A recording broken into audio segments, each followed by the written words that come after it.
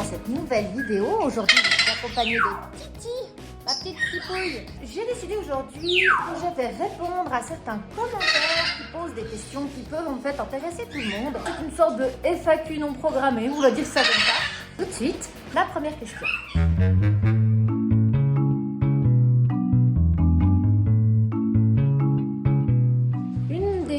On va dire qui vient assez fréquemment, surtout quand je parle de l'EAM, du MAN, de l'EPP, etc. C'est s'il y a des sources scientifiques, sur quelles études je me base pour dire ce que je dis. Donc je vous mets en lien de cette vidéo-ci plusieurs sources qui parlent de l'EAM et des conséquences de l'EAM, qui sont des études ou des articles sur lesquels je me base. Pourquoi je ne suis pas pour l'EAM.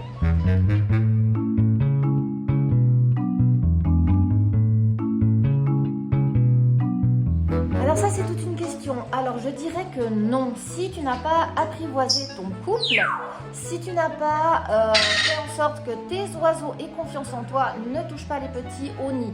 Attends qu'ils soient sortis du nid et à ce moment-là tu fais l'apprivoisement comme je l'ai un petit peu expliqué dans une des vidéos que je mets l'affiche ici.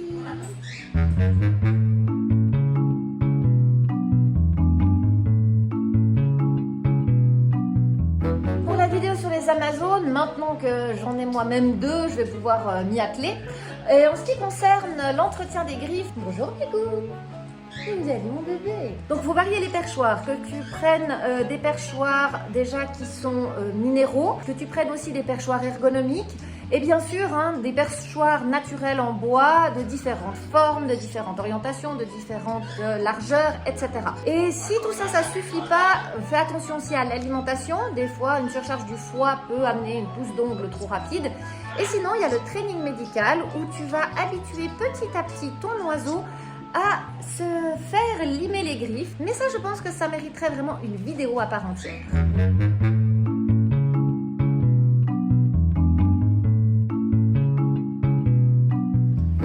Alors, les oiseaux à adopter, oui c'est possible, mais il y a beaucoup de critères, notamment il faut être en Suisse, il faut déjà que l'on ait une espèce qui correspond à votre mode de vie et aussi que j'ai une espèce avec laquelle vous formez un lien. Si vous ne formez pas de lien avec l'individu qui vous intéresse, à ce moment-là, non, on ne place pas d'oiseau. Sinon, il faut aussi avoir la formation que l'on donne à l'académie parce que nous, on veut être sûr que là où on place nos oiseaux, les propriétaires aient toutes les informations nécessaires. Et on n'a pas beaucoup d'oiseaux à l'adoption, il y en a beaucoup en fait qui sont destinés à finir leur vie en fait chez nous. Donc voilà, mais si tu es de Suisse et que tu souhaites adopter un oiseau, ben, tu prends contact sur le site de l'académie.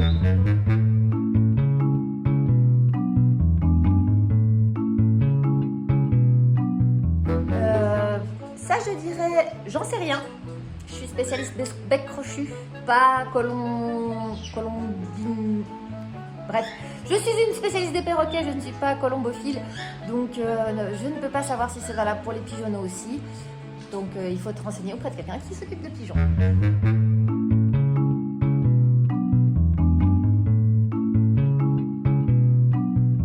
Vous avez pu voir récemment que j'ai un tout nouveau format qui s'appelle NVFPP. Ça veut dire tout simplement ne vous faites pas plumer parce que je débunk entre gros guillemets des affirmations et des théories qu'on voit sur les réseaux sociaux qui sont complètement fausses, voire même dangereuses pour nos oiseaux. Donc voilà.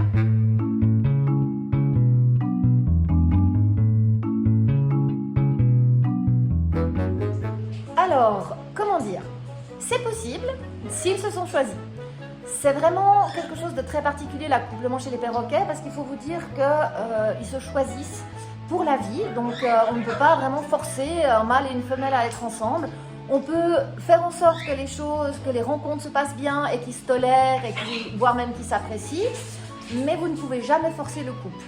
Ceux qui le font dans des élevages un petit peu extrêmes où ils mettent juste le mâle et la femelle ensemble et puis qu'ils font rien d'autre que de juste avoir un nid dans une toute petite cage sans jouer avec de la nourriture très classique. Alors oui, ils vont se reproduire, oui, la femelle va pondre, mais la plupart du temps, les œufs seront cassés ou en tout cas ne seront pas fécondés parce que les conditions pour les oiseaux ne marchent pas pour eux pour avoir une progéniture. Mettez-vous un petit peu dans l'idée, vous vous retrouvez dans une maison avec quelqu'un du sexe opposé, et on vous dit il n'y a rien à faire, de 1, c'est pas sûr que vous allez procréer, et de 2, est-ce qu'un enfant dans ces conditions-là serait vraiment le bienvenu? Est-ce que vous êtes amoureux de votre partenaire, etc. C'est les mêmes questions chez les oiseaux. Donc oui, vous pouvez tenter, préparer, mettre un nid, etc. mais ne jamais forcer et ne jamais changer les habitudes des oiseaux. J'ai déjà parlé dans toutes mes vidéos qui parlent de l'accouplement des calopsites.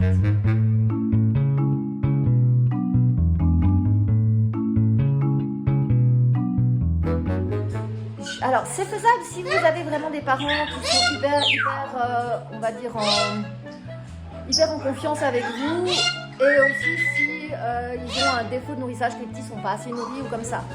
Maintenant, c'est quelque chose que je déconseillerais quand même, parce que ça, vu en guillemets l'imprégnation, hein, si elle se fait un peu aux deux espèces, ça risque de peut-être prêter un peu à confusion. Alors bien sûr, c'est 1000 fois mieux que juste de l'EAM dans une petite boîte et à l'écart des parents. Mais je suis pas convaincue que ce soit nécessaire pour pouvoir apprivoiser les petits par la suite, ou en tout cas pour pouvoir les rendre moins craintifs à l'homme.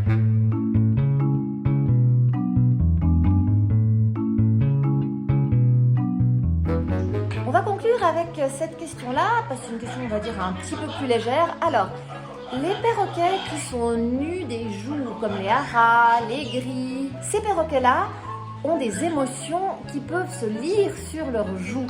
Quand ils sont très excités, que ce soit d'une joie extrême ou d'un énervement extrême ou même d'une grosse excitation sexuelle, vous pouvez voir leurs joues devenir roses, voire rouges, si vraiment ils sont très énervés. À l'inverse, les joues bleues, ça c'est un grand signe de détente. Quand l'oiseau est bien, quand il a un bien-être et qu'il est en paix, qu'il est calme à l'intérieur, à ce moment-là, c'est plutôt un très bon signe. Quand vous le caressez, si les joues bleuissent, c'est un très bon signe.